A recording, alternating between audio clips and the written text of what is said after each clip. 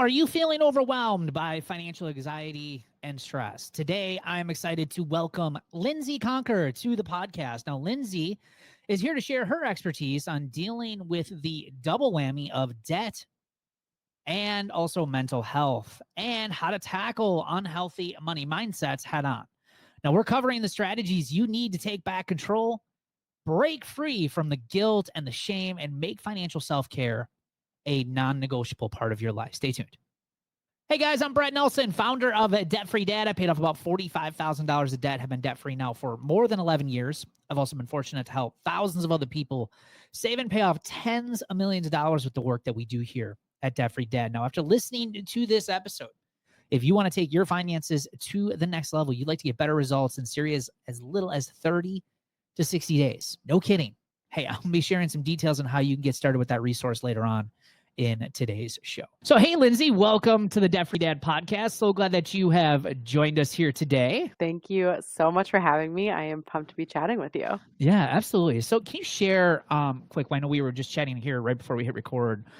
I've been doing this, 9-10 years. And obviously as a coach, we often run into some other things when it comes to more like underlying issues where someone needs to seek out, the help of a counselor or a therapist to work through some things that are going on in their life. And so can you share how you got into this? I always think I have a crazy story how I got into this because I never planned on helping people with their finances. So I'd just be interested to see how you got into this. Yeah, no. So about 8 years, just over 8 years ago or so, my then boyfriend, now husband, and I were getting pretty serious. We were like 6 months in, and we were both kind of like, all right, I think you're my person. But we were very quickly noticing that he was he was very good at saving money, and I was very good at spending money. And I was like, I Oh, think we just need to get on the same page about this kind of stuff, right? And his upbringing was entirely different than mine. I come from, divorced parents, and their primary reason for their split was money, and they're constantly fighting about it. So I had a really tumultuous relationship with money. And so I was like, let's get serious. So we actually started kind of our own financial wellness journey back then. Fast forward 5 years ago, I became a licensed therapist, and that was always my path. I was going to help people, and that was going to be the thing. But I still loved learning about money myself. I still loved reading the books and listening to the podcast, like doing it all. And so about a year and a half ago, I heard the term financial therapist while I was listening to an audiobook completely unrelated to either field. yeah. And I paused the audiobook, went home, immediately Googled financial therapist, and found out that I, in fact, qualify for the certification as a master's of social worker myself. And so we had the conversation, but I was like, I think this is my niche. Like, I think this is me and I am it. And so I did the certification program, and the rest is history. Yeah, that is awesome. And how long you been doing this? So a year and a half, I got the certification, and then shortly thereafter, I started taking clients.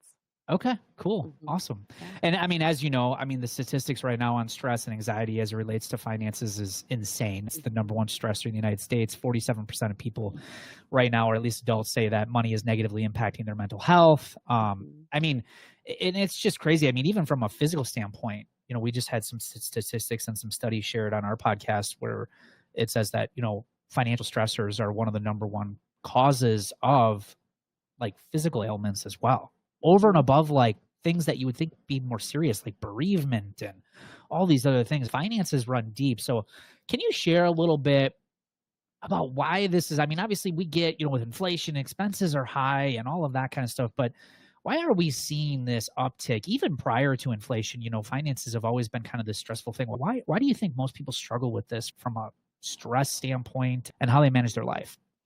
I truly think so much of it boils down to not knowing how to spend your money.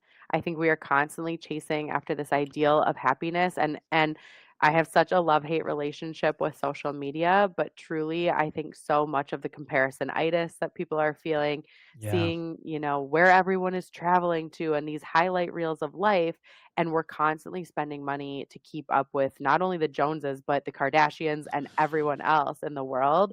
And so much of us chasing this high, this dopamine hit of spending money, which is only actually bringing us, we know, short stints of happiness. It's not the how we are spending our money on all of these things is really not actually giving us the longevity of happiness that we really are hoping for. Yeah. Well, and I think sometimes too with social media, it can also give you this sense of just you're always lacking. Mhm. You're seeing, like you said, these highlight reels and what these other people are doing, and some of them you don't even know. And you're constantly going through this filter of, well, my life's not nearly as good as theirs. And you can lose the powerful thing called gratitude in your life for what you actually have in the life that you're living, right? Because you're constantly focused on just this you're lacking, you don't have enough stuff, or you're not going on the nicer trips, or you don't drive a nice enough car. And I would agree. I think social media definitely plays a huge role. So that's interesting. So if you mentioned, you and your partner went on this journey, and I had this question kind of for later on, but I'm gonna ask you right away because you brought it up, and I think it's important. But with so many of the people that I help, there's one of them that really wants to do it, and then the other one is dragging their feet. So Mhm. I would be curious with you. I'm sure you've helped a lot of couples out and gone through this. You did it in your own life. It's like, how do you get two people from two different walks of life, two different financial mindsets, two different experiences with money?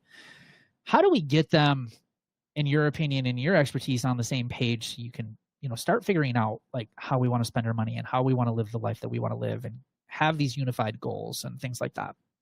One of the biggest things I see in couple work that I do is the one person who's kind of dragging their feet and is like the I don't want to do this, like, that kind of thing, is it's often because they're scared that they are going to have to make such a big change in their life.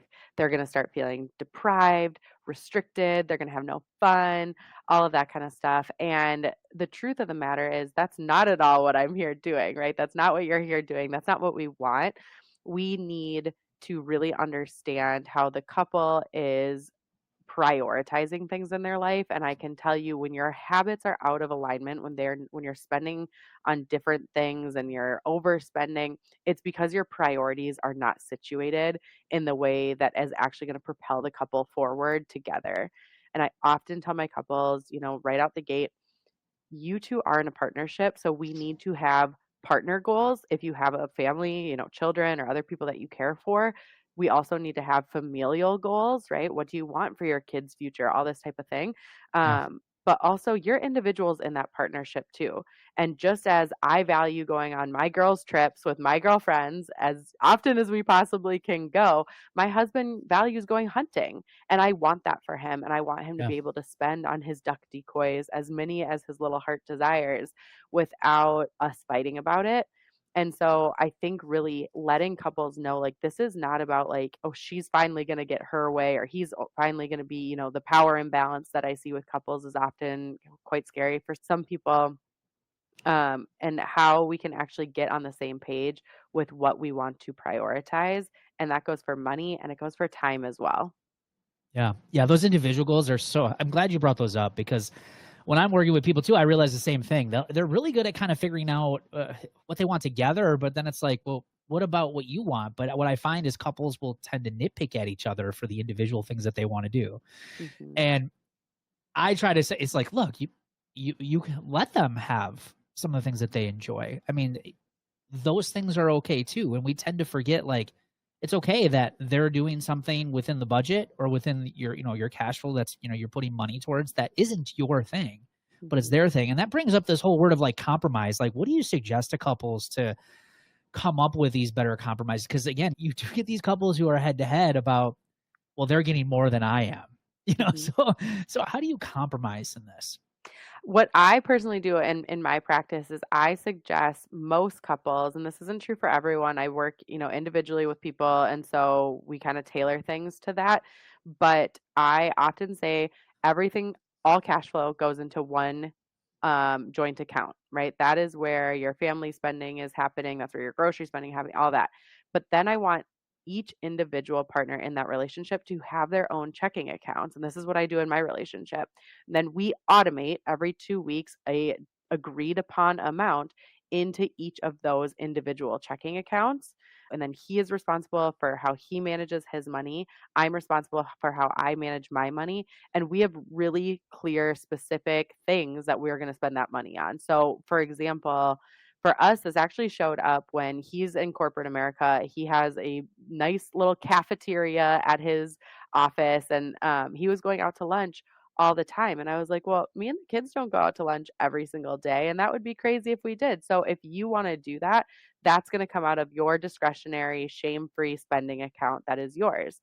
You get to decide how you, but then all of a sudden he was like, wait, this is my money. If I could be spending this on lunch or I could be spending this on, again, those duck decoys, I want those duck decoys way more, right? And I don't say a single thing about how he spends his discretionary spending. For me, then same thing. Like I bought a pair of $1,600 shoes and I came home and he just laughed at me. He was like, "What are you doing?" And I was like, "Don't even talk to me about my shoes, buddy," right? Because it was out of my guilt-free discretionary spending. It didn't matter. And so that's how we and I tell couples too, it's a trial and error. You're not going to get it right necessarily on the first month. You're going to come up with that amount, whether it's 300 bucks every other week, that's what we're going to get. Great. Then evaluate that. Always, always, always evaluate how things are going during one of your money dates and say, okay, is that 300 too much? Is it not enough? How is that going for you? That's kind of what I suggest for couples. Yeah, that's really good. Now, going back to what you had mentioned, you said, you know, you and your partner both came from a completely different financial background. Mhm. Talk about your relationship with money and how it starts very early on as a child. And then I want to kind of piggyback on that with, as parents now, what can we do to establish a really good, healthy financial relationship with our kids and getting them set up on the right foot?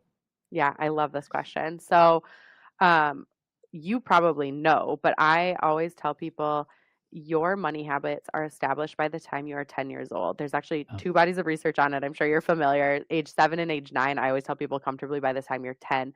But I always remind people your habits can be changed. And that is the beautiful thing about the work that we do is you can always change those habits. And yet, it is really important to know where you came from because for me again there was so much fighting around money and they would try something else and then they would fight about it and then they would agree to not spend on anything and then someone would buy dish towels and it would be like World War III happening in my house. I also experienced, and this is again unique to my own personal money story, but when I was later in my adolescence I actually moved in with friends and their family was quite well off and I could feel the atmosphere be so much different. The energy in the house was so much more calm, and I wasn't constantly walking on eggshells like, "Oh my gosh, if I spill my juice, is it gonna turn into this whole thing?" Or like they were just like, "We'll get it cleaned or we'll replace it. Like who cares?" And I was just like, "Whoa, that's what money can do is if you have money, you can actually just breathe? What's that like?" yeah, right, right. And so that was a really bad it was almost like my own version of Rich Dad Poor Dad, although I don't necessarily, like, love that book, but it Yeah, truly right. was kinda like this, like, "Oh my gosh, this is a totally different energy." Um, and so I think that was really eye-opening for me then, and what I've kinda taken away for that and what I tell, my couples that I work with and what we practice in our own household with kids is one, I want them to feel included in money decisions. I remember, never feeling included as I was growing up. And also, even when my parents were going through divorce, nobody asked me where I wanted to live and how I wanted things, right? I was living out of a suitcase. And I remember thinking, you two are the ones that are dissolving your marriage. Why don't you live out of a suitcase and I get to stay in the house, right? But Yeah, nobody right. ever asked my opinion. And so now we hold family meetings and any important decisions we're going to make as a family, my kids, even though they're 1.5 and 3.5, are going to be involved in those decisions. And we're starting this now. So when it really matters later on, my 3.5-year-old is like the cutest with the things that she has to say. Her input is like, everyone's lovely. I'm like, okay, cool. Um, but but when it really matters, when she is 9, 10, 11, 12, 16, whatever, that they feel like they have a voice in how we make family decisions and that they feel empowered in some of that. And also, we talk with our kids in the language of priorities. If we're saying no to a toy, if we're saying no to a princess dress, it's not because we're mean and again restricting them from anything. It's because we're prioritizing a vacation down to Texas to go see our Yeah. in-laws and how fun that gets to be, right? And they're learning all that at even as young as they are. Yeah, that's really good. And you're absolutely right. I think a lot of it comes from just taking advantage of those teachable moments. And, there's so many of them around when you're with your kids that you can have good, positive conversations about this stuff. And I think where parents struggle a lot, at least with people that I've helped with, is like, how do I even, be confident in what I'm teaching? Cause I don't even know how I'm doing this. Like, so what would you suggest to somebody? I would say, I'm stressed, I'm in a relationship or not, but I'm feeling stressed. I'm anxious. I'm having a lot of these gross thoughts about money, trying to manage it, but at the same time, I ignore it a lot. Like, how do you go through and help someone in those situations and kind of, I guess, take a lot of that emotion out of it to help them start getting better results? I actually never try and take the emotion out of it. That's never kind of my goal, only because one, I'm a therapist, so we're all up in the fields all the time. But I think money is emotional. And in fact, I encourage people to lean more into the emotions because I think that's actually how we can start understanding it. We are motivated by our emotions. As we were talking about social media earlier, you're on social media because you're trying to feel you're either feeling bored and you want entertainment, maybe you want a distraction. Maybe you're just feeling exhausted from parenting all day and you just need a break. And so your reprieve is scrolling. Fine. But what is it that you're trying to get out of that? Right. And same Right. thing goes with purchases. If I'm walking into Target and I'm like, ooh, I want a Starbucks, that sounds good. What am I trying to feel? What am I trying to get out of that purchase? Right. In that moment, maybe I'm trying to feel satiated. Um, or maybe I'm trying to bring a little bit of joy into like my really rough morning that I had with my crazy toddlers. I don't know. It depends. But I think actually leaning into that more and understanding why you're spending the way that you are, what you're trying to feel is going to actually be the most helpful thing. We are constantly after that dopamine hit. And that one click to buy option on Amazon is the Oh yeah. fastest dopamine hit that a person can get out there, right? So Yeah. really understanding what is that doing for you is super helpful. Yeah. And that brings up kind of like whole like impulsive and wasteful spending. It's crazy. Shopify had some statistics that we shared in our podcast a while back, and I was like, I think they said like 40 to 80% of all purchases are made on impulse now. Mhm. 50% of all grocery purchases are made on impulse. I think they estimated the average person will spend over $300,000 in their lifetime on just unplanned purchases. so, Yeah. so do you have any like practical tips or anything that you share that, because there's so many people that struggle with that. And again, like you mentioned, they make it so easy to spend money. Number one, or number two, spend money you don't have by going into debt nowadays. I mean, it's just with a snap of a finger now. Mhm. Um, anything that you would put into place, or any practical strategies to help someone who is, maybe coping with a lot of their stress or anxiety. They're looking for that dopamine hit to make themselves feel a little bit better by the end of the day. It's also being very detrimental to their financial health. Totally. I think the very first thing is again recognizing that spending money is a coping skill. To your point, it's like if you're going to turn to the bottle, you're going to turn to really unhealthy junk food, or you're going to turn to money, which frankly, money touches all of those, right? Yeah. Is definitely something to be aware of. And so, what are you trying to cope with is number one. Number two, I always talk about intentional values based spending. And so, for me, it is so important to have your goals listed out. What is it that you want again in your partnership individually, like what are you really trying to obtain here? And as you're meandering through Target, I call it the Target trap. It's like every mom's dream ever to just go without the kids and walk around Target and put whatever she wants in the cart, but to your point is often a detriment to her finances, right? And so, if that's the kind of situation, lean into your goals. What is it that you are really wanting out of this life? You get one shot at it. And is this, random pumpkin that's sitting on the shelf at Target aligned with the goals that you're actually trying to accomplish? Maybe it is, maybe it isn't. Probably not. I the the best example of this that I have is just how powerful I think goals can be, especially when they're specific and clear. Um, those are the two things that I would highly recommend people get really specific on. And I am admittedly a Black Friday shopper. I love doing my Christmas spending on Black Friday.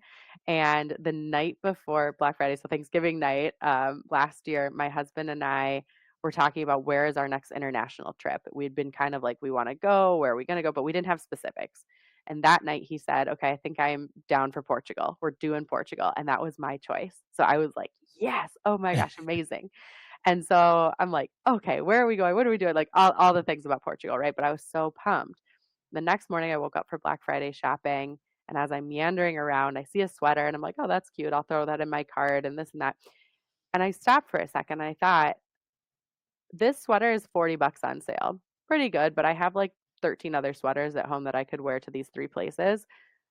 What if that $40 actually went towards a sangria at a little bistro table in a little courtyard in Portugal? My two kids running, and I saw it. I had like the whole feeling of what that was going to do.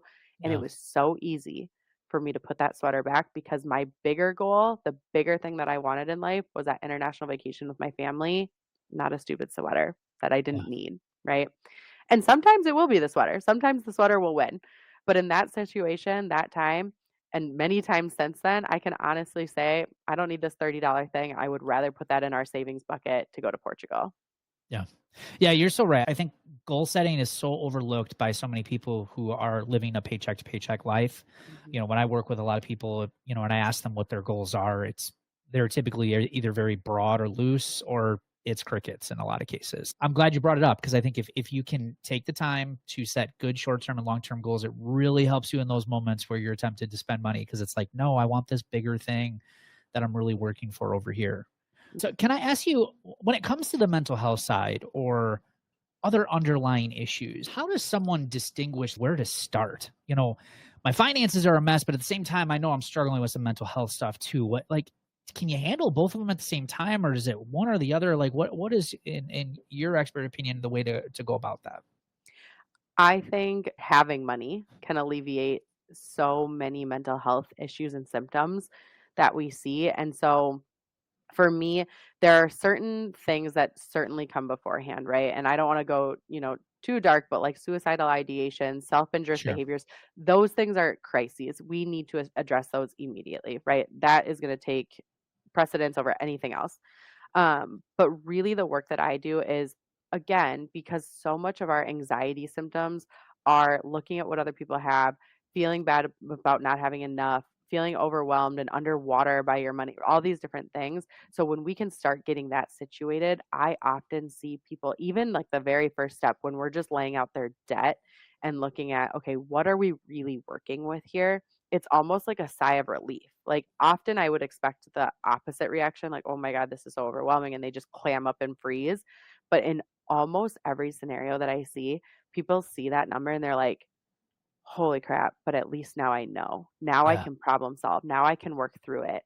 Yeah. And, like, yes, it's a big move, but I think, again, like, having you, having me, having somebody to work with and having that accountability partner is huge, and because money has been taboo and tacky and off limits for so long to talk about, it feels like a sigh of relief. It feels like you can breathe again when you can just have a normal conversation with somebody about their money, about what's going on with your spending, and it actually alleviates so many of the symptoms that we see in a standard diagnosis for anxiety or depression.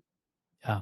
Yeah, you're so right, and I think that's one of the reasons, like, I am so intentional with being as transparent as I can be on our podcast and with the work that we're doing is helping people understand. Because I think when you have a position like we're in to talk about personal finance, teach people about personal finance, you tend to put yourself on a pedestal almost where people look at you like, "Well, you got this stuff perfect." And it's like, "No, no, no. We don't have it perfect at all." Nope, Right? We true. we are open book. Like, I make mistakes. Like, I'm human. Like, there's times where I bust my budget and spend money I shouldn't. Like, all that stuff's happening, and I think so many of us are overcome, especially early on, with that guilt and that shame and the embarrassment around it. And you're right. Like, once you start kind of getting it all on paper and you start seeing the things, it becomes more like, okay, how can I start working through this as opposed to avoiding it? That's so Mhm, good. mhm. And full celebration of that, what are some of your bad financial habits that you still deal with today? I love spontaneity, I love it, and Oh yeah. so, especially as a parent with 2 young kids, I don't ever get it, and so when I have an opportunity to be spontaneous, I'm like, "Oh yeah, all in, I love it." So there's definitely that, and to be honest, in some ways, I love investing, I, like, love it, and Oh yeah. so we have actually taken a really hard look at some of our how much a month we are contributing to investments, and my husband's like, "Well, can't we, like, do this one thing?" And I'm like, "I don't know, we have to invest." And then when we actually crunch the numbers, I'm like, okay, no, we can pull back a little bit. Like we're okay. Some of mine has like kind of, from where I was when I started and now understanding how it all works. Now I'm like, oh God, I need to like loosen the purse strings a little bit. So I think there's a bunch and they come up randomly. And to be honest, I still impulse spend sometimes too. I'm like going Yeah. through the grocery store. I see 4 things that I need or have my list of 4 things and I'm like, ooh, but those look good. Ooh, Yeah. I want that too. And all of a sudden my cart's like, oh crap, how did that happen? So we totally do that. Yeah, absolutely. Yeah. How do you balance? So I love that you brought up investing. Mhm. How do you balance that whole? This is something I've dealt with over the last, especially the last like 2 to 3 years. Again, I lost my previous spouse and to suicide, believe it or not. And one of the things that I was also when I was a financial coach, I was like, got to invest, got to invest, got to save, got to save. And I sometimes would do so much of that, I wouldn't focus more on the life I'm living right now today. Mhm. But going through that experience and having to come out the other side, rebuild my life, it really made me focus on maybe taking the time, especially when my kids are young, and going on that trip and doing the things that you want to do today because you're not promised tomorrow. So, in your experience working with people, how do you balance that? Because I think so many people are overcome with that. Well, you only live once. And so many people who have that mentality also live really tight paycheck to paycheck lives. But how do you balance like preparing for the future, but also I want to live today too a little bit? Yeah, it's a great question. I'm so sorry that you experienced that too. That's Thank you. incredibly difficult. Yeah. Um, but you're right. That is something I hear often, and actually, with especially in a partnership, that is part of the dynamic that I often see is the one person's like, "I want to get financially fit," and the other person's like, "I'm living my life," right? And Yeah. oftentimes, I actually do see it as a result of bereavement of somebody who's passed away, and they're like, "I don't want to tie up all my money in something that I might never get to enjoy." And it's a totally perfectly reasonable reaction to experiencing death of a loved one. It really is. And so, but I think the other side of the coin is, especially as parents, I know that every single cent that I tie up in investing, and I, tie up, but that's invested in a retirement account is going to go either to my spouse if I pass or to my children. And I'm perfectly fine setting them up for success and me not experiencing, like, that money that I've put away. That is okay for me personally, and I know that is some like, an angle for parents that often ends up working is, like, is it really wasted if it's going to your kids? Right. Probably not, right? For those that aren't parents, it's a little bit different of a conversation, but I think that is a really important thing to remember. I also this is where I definitely will start leaning into the numbers a little bit more heavily because when you actually crunch some things and kind of run, use an investment calculator and see what it's projecting for you, is $100,000 in retirement going to make that much of a difference? Maybe it is, maybe it isn't. If we're talking like, okay, we're going to have $2.5 million, dollars, you're going to have $2.6 million, dollars, what does it matter? But that extra, maybe 400 bucks a month could really help you right now move the needle Yeah. forward. And so I'm really comfortable running some of those scenarios and saying, this is what we're talking. What is that going to do for you now? That 400 extra bucks that you could put towards debt or you could put towards a vacation that is going to be a once in a lifetime opportunity for you and your family. Um, and sometimes I do have the clients that are like, they don't know how to spend money. They've never learned. It's always been tight in their household. And now they're like, but I want to live my life and I don't know how. And Yeah. that is some of the practices that we do is like, what if we just reduce your investing actually, like turn down that dial, 200 bucks a month? What is that going to do for you? And where could that go to make your life now a little bit easier? Hire house cleaners, right? Go on the vacation. Do something for your partnership. Hire the babysitter and go on a date for God's sakes. Like what Yeah. is it Yeah. that you can pour into now? And so I think it's kind of a question of where do they fall on that pendulum of like we're too loosey goosey or we're too, kind of a tight wad, if you will. Um, and what's the fine balance and knowing that you can always turn that dial up and down. Nothing that you're doing is like, well, this is what we do and now this is how we do it forever. Like we've been really serious investors in our family for again several years and now we do get to turn the dial down on that a little bit and say, okay, we've reached coast fire. What can we do to like improve our lives now? And that's a really exciting place to be and how can we get other people kind of feeling that momentum? Yeah. What kind of encouragement would you give to people right now? I mean, inflation is the way that it is. Groceries are. I mean, everything's up. We talked a little bit about social media, and these algorithms are really good. If they see you watching one video where one person is saying, there's no hope, I'm broke, I can't get out of debt, all of a sudden you start seeing those messages over and over and over again because the algorithm knows you're watching those. And it can begin to shape your thinking of, well, everybody's struggling, so there's no hope for me either. So what hope would, I guess, you provide to the average person right now who is feeling like, well, because things are so expensive, there is no hope for me. There's nothing I can do. Like, what would you say to them? I would take a very high inventory of what you're consuming, right? Whether that's on TV or on your phone, probably primarily on your phone now. And if you're getting those messages, I personally do not follow any news accounts because I don't want the clickbait. I don't want to get off my phone and feel even worse about life in Yeah. in some ways, right?